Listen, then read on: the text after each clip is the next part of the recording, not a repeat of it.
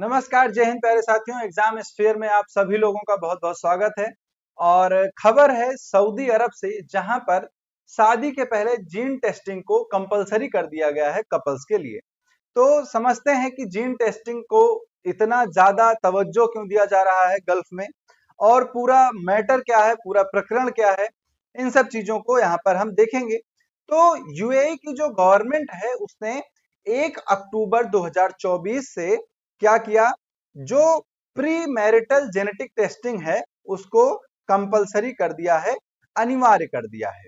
ठीक है, क्योंकि अभी क्या है, ये जो शादी करने के पहले क्या किया जाएगा, टेस्ट किया जाएगा जो पेरेंट्स होंगे या फिर जो कपल होंगे। अब जरूरी क्यों है? जरूरी ये इसलिए है क्योंकि आप लोगों ने पढ़ा होगा कि जो जेनेटिक बीमारियां होती हैं या फिर जो जीन्स होते हैं माता और पिता के, उन्हीं के जीन्स जो है वो ट्रांसफर होते हैं किसमें, उनके बच्चों में। तो जो भी उनके गुण होते हैं वो बच्चों में ट्रांसफर हो जाते हैं। सेम ऐसे ही जो डिजीज होती हैं उनको भी सेम इसी प्रकार से देखा जाता है कि जो बीमारियां माता और पिता में होती हैं, जो जेनेटिक बीमारी होती है वो क्या होती है, बच्चे में सीधे सीधे क्या होती है, ट्रांसफर हो जाती है। और इसी चीज को आगे रोकने के लिए क्या किया गया है, ये टेस्टिंग जो है वो अनिवार्य की गई है यूएई में। और यूएई ऐसा मतलब कोई पहला देश नहीं है जहां पर ये टेस्टिंग लाई गई है।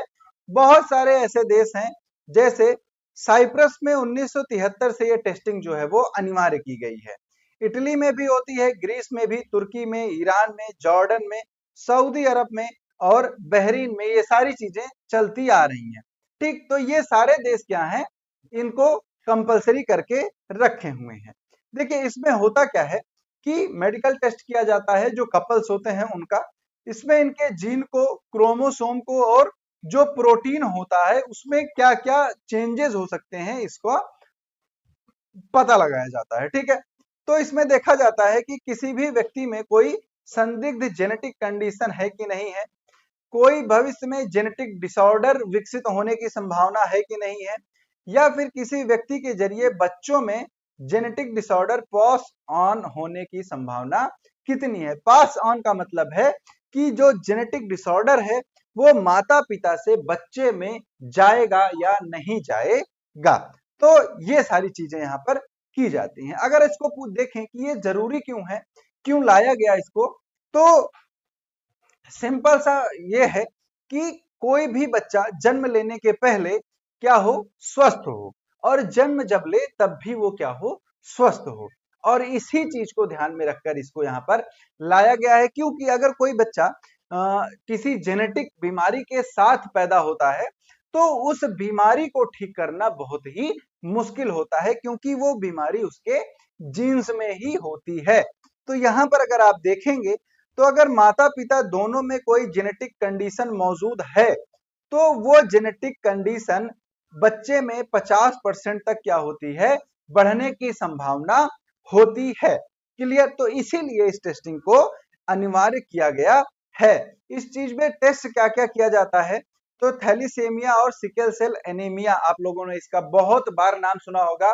तो इसको, फिर उसके बाद आपका सीबीसी, फिर इसके बाद सेक्सुअली ट्रांसमिटेड डिजीज, जैसे कि आपका एचआईवी हो जाता है तो उसको यहाँ पर टेस्ट किया जाता है।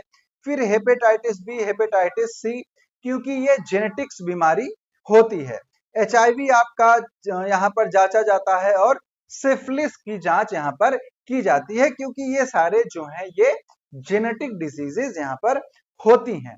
अगर देखिए बच्चों में जो एक तरह से बीमारियां जेनेटिक जाती हैं उनमें कौन कौन सी हैं, तो सबसे पहली हो जाती है डाउन सिंड्रोम, या फिर एक होता है ब्लू बेबी सिंड्रोम।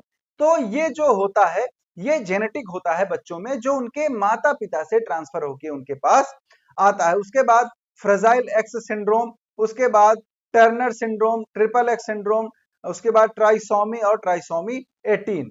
ठीक है, तो ये सारी क्या है, क्रोमोजोमल डिसऑर्डर होते हैं। फिर मल्टीफैक्टोरियल डिसऑर्डर में अल्जाइमर होता है, अर्थराइटिस होता है। आप लोगों ने गांव में या फिर उधर बहुत बार सुना होगा कि लोग कहते हैं कि हमारे आजा बाबा को भी घुटने में दर्द होता था, तो हमारे भी है।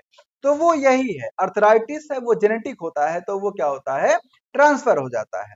फिर उसके बाद जैसे कैंसर हो गया, माइग्रेन हो गया, डायबिटीज हो गया, तो ये सारी चीजें इस कैटेगरी में आती हैं। उसके बाद मोनोजोइक डिसऑर्डर होता है जिसमें सिस्टिक फाइब्रोसिस होता है, जन्म से ही एक बहरापन होता है, ये भी होता है। मस्कुलर डिस्ट्रॉफी मतलब होता है कि एक तरह से कोई अंग जो है वो उसका काम नहीं कर रहा है। जान लीजिए, जैसे मान सकते हैं कि मान लीजिए हाथ काम नहीं कर रहा है या फिर पैर काम नहीं कर रहे हैं, तो ये क्या होता है, मस्कुलर डिस्ट्रॉफी होता है। फिर उसके बाद सिकल सेल डिजीज होती है। सिकल सेल आप लोगों ने बहुत बार पढ़ा होगा, और इससे संबंधित जो बीमारियां होती हैं वो जेनेटिक रूप से ट्रांसफरेबल होती हैं। फिर होमोक्रोमोटिस होता है, या फिर क्या होता है, आयरन ओवरलोड इसको बोलते हैं, कि जो लीवर होता है आपका उसमें आयरन की मात्रा बहुत ही ज्यादा बढ़ जाती है। तो इन सब बीमारियों को रोकने के लिए कि ये माता पिता से बच्चे में ट्रांसफर ना हो, इसके लिए यूएई ने क्या किया, प्री मैरिटल जेनेटिक टेस्टिंग को अनिवार्य कर दिया है। तो ये था पूरा मुद्दा मेरे भाई। मिलते हैं आप लोगों से अगले वीडियो में, तब तक के लिए आप सभी लोगों को प्यार भरा नमस्कार। जय हिंद, जय भारत।